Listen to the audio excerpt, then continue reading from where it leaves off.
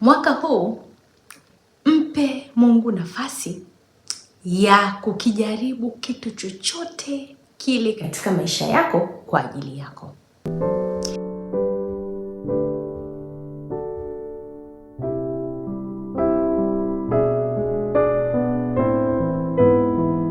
Kwa ajili yako. Karibu sana katika kipindi kizuri cha Biblia na Maisha, sehemu ambayo mimi na wewe tunajifunza habari za Mungu kupitia neno lake, lakini pia tunajifunza maisha kwa ujumla wake. Karibu na tuombe. Baba yetu, tunakualika tena ukae pamoja nasi katika muda huu, ukaongee nasi kupitia Roho wako kwa jina la Yesu Kristo. Amina. Leo ninapenda tuzungumzie kwamba mwaka huu unapoisha na kuanza mwaka mwingine, hebu jaribu kuamini kwamba Mungu anaweza akakupigania kwa namna ya ajabu sana. Na namna ambavyo utaruhusu Mungu ili akushangaze na akupiganie, basi mpe nafasi katika maisha yako, ajaribu chochote kile ambacho unakifanya au unacho kwa ajili yako. Inamaanisha nini ninaposema hivi? Katika kile kitabu cha Waamuzi tunaona mtu mmoja anayeitwa Gideoni. Mtu huyu Mungu alimchagua ili aweze kuwakomboa wana wa Israeli ambao walikuwa wanateswa sana na taifa la Wamidiani.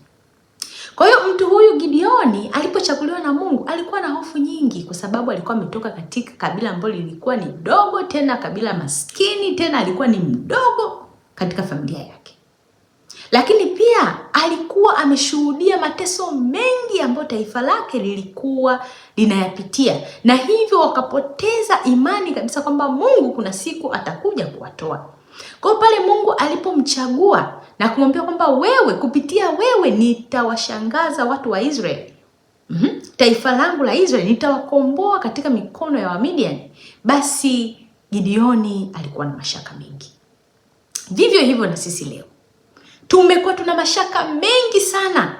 Hatuamini kama ndoa zetu, familia zetu, biashara zetu, maisha yetu yatapata mianzo mipya, mianzo yenye furaha na amani, yatapata maendeleo.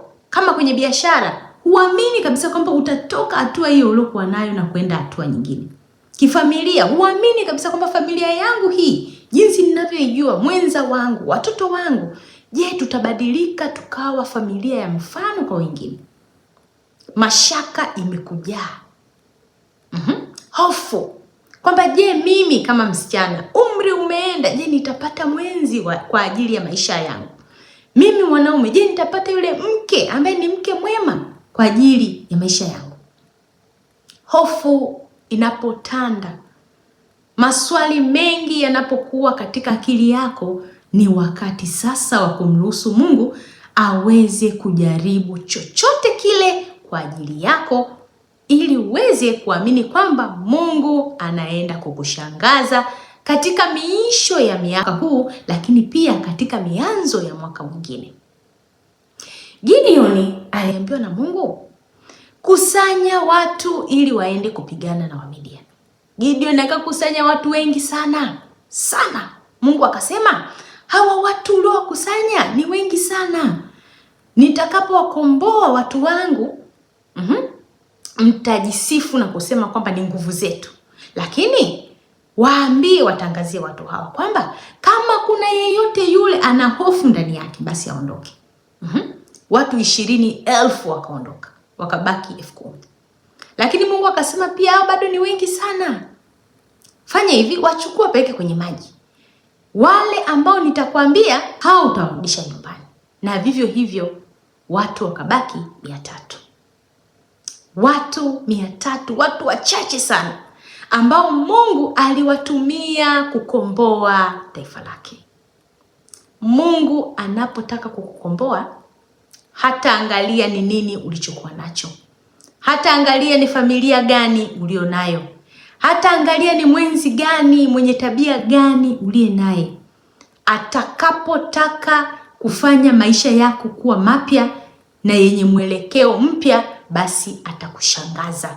Ndio maana nikaanza kwa kusema, ruhusu, mpe nafasi huyu Mungu akajaribu chochote kile ambacho kiko kwenye maisha yako kwa ajili yako ili akushangaze, na ndipo utakapoelewa kwamba huyu Mungu tunayemwabudu si Mungu tu wala si miungu, bali ni Mungu aliyeziumba mbingu na nchi na kila kitu. Mpendwa, ruhusu sasa Mungu aingie ndani ya familia yako akakushangaze. Mpe kile kitu ambacho unajua kabisa, Mungu, hichi mimi sioni mwelekeo nacho. Naona kabisa siwezi peke yangu, siwezi Mungu. Mpe Mungu akifanye majaribio kwa ajili yako, ili akuonyeshe kwamba katika hilo ambalo wewe unaona kabisa ni gumu, yeye kwake ni jepesi kabisa. Katika hii biashara yako unaoikatia tamaa na kuona kana kwamba siwezi, Mungu atakushangaza. Mungu ametuma ujumbe huu kwa ajili yako. Anataka mwaka huu unapomaliza na kuanza mwaka mwingine mpya, uanze kwa kishindo, ukapige hatua ukifahamu kwamba hautembei peke yako, hauendi peke yako, uko na Mungu wa majeshi. Mungu yule ambaye aliwashangaza wana wa Israeli, na wewe pia atakushangaza.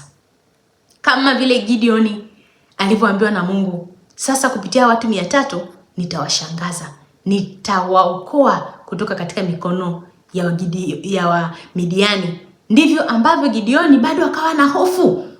Anaona kana kwamba hivi watu 300 tu, akitazama ile jeshi la Wamidiani watu ni wengi kama mchanga wa bahari, ana hofu. Ndipo Mungu akamwambia usiku, hebu toka nenda katika kambi la Wamidiani. Lakini bado akawa na hofu moyoni mwake.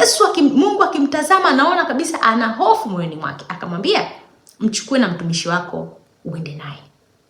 Kumaanisha kwamba kama bado unaogopa, mchukue mtumishi wako.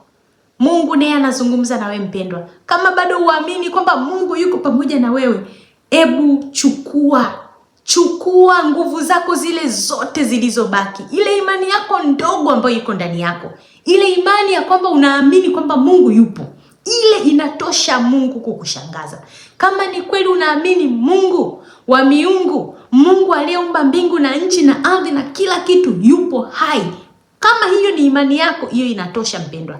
Beba imani hiyo. Amini kwamba ni kweli huenda ndani yangu na mashaka. Siamini Mungu anaweza kubadilisha ndoa yangu. Siamini kama Mungu anaweza kubadilisha watoto wangu. Siamini kama Mungu anaweza kunipa mwenzi au mke, mume. Siamini kama Mungu anaweza kaniinua katika biashara, kanipa kazi. Lakini ile imani ndogo ibebe, nenda nayo ukasikie jinsi Mungu atakavyokushangaza. Mungu anaenda kukushangaza katika mwaka huu mpya, wewe pamoja na familia yako, na utasimama siku moja na kumshuhudia kwamba hapa nilipo si kwa nguvu zangu wala kwa akili zangu, bali ni Mungu, yule Mungu ambaye ni Mungu wa majeshi, yule Mungu wa mbingu na nchi, yule Mungu aliyewashangaza Waisraeli ndiye aliyenishangaza na mimi pia. Gideoni akaenda, alipofika kule akasikia ndoto kwamba ameona mtu mkate ule unarushwa katika hema moja ya Midiani, na ule mkate ukaponda ile hema na kuimaliza. Ndipo mwingine anatafsiri kwa kusema kwamba hayo yote huo ni upanga wa Gideoni. Gideoni akapata nguvu, akajua kwamba kumbe kweli Mungu atatuokoa. Mpendwa, huenda huna imani, lakini hichi unachokisikia hapa ninachokisema iwe ishara ya kwamba Mungu amejibu yale maombi yako, ikawe ishara ya kwamba Mungu yuko pamoja nawe. Ndio maana hata ameruhusu wewe kusikiliza somo hili, kwamba Mungu anataka imani yako hiyo iwe imani imara. Mjaribu Mungu katika mwaka huu unapoisha na mwaka unapoanza. Mjaribu na uone ukubwa wa Mungu. Mpatie maisha yako Mungu, mkabidhi maisha yako Mungu, familia yako, biashara yako, kazi zako, mkabidhi na Mungu atafanya mambo mengi ya kukushangaza kwa ajili yako, lakini kwa utukufu wa jina lake, ili siku moja usimame na useme, wala si akili yangu, wala si uzuri wangu kwa sababu nimeolewa. Hapana. Wala si kwa sababu mimi nina maarifa mengi ndio maana ndoa yangu inaenda, au labda mimi nina ujuzi mwingi ndio maana watoto wangu wana adabu, au mimi kwa sababu ni mzuri sana, ninajua mambo mengi, ninajua kupika, ninajua usafi ndio maana mume wangu ananipenda. Hapana. Ni Mungu tu. Mungu ameamua kunishangaza niwe mfano kwa wengine. Mpendwa, Mungu akapate kukubariki sana. Ukawe na siku njema unapomaliza mwaka huu, ukamalize kwa kishindo, lakini unapoanza mwaka mwingine ukaanze kwa hali mpya, nguvu mpya mpendwa, na kasi ya ajabu, ukiamini kwamba hauko peke yako, upo na Bwana wa majeshi, mfalme wa wafalme, yule ambaye anakuja hivi karibuni. Basi tupate kuomba. Yesu na Baba yetu na Mungu wetu, tunasema asante Baba kwa kutupa nafasi ya kusikiliza neno lako. Huyu ambaye anasikiliza Baba na mimi ninayeongea, Mungu katushangaze katika mwaka huu tunavyomaliza na kuanza mwaka mwingine. Baba, tukawe mfano kwa watu wengine. Watakapotuuliza tusiseme sisi hatuna tunachosema, ila tuseme neno moja tu kwamba ni huyu Mungu ametushangaza. Baba, tenda na kuzidi kwa jina la Yesu Kristo. Amina. Asante sana kwa kusikiliza, asante sana kwa kutazama. Mungu akapate kukubariki. Somo hili likapate kukutia moyo wewe pamoja na familia yako. Usisahau kushare somo hili kwa watu wengi, lakini pia usisahau kucomment na pia usisahau kusubscribe, ili kila nitakapokuwa narusha video nzuri kama hizi uwe miongoni mwa wale watu ambao watapata notification. Mimi naitwa Judith. Asante kwa kutazama. Tukutane katika kipindi kingine. Asante na kwaheri.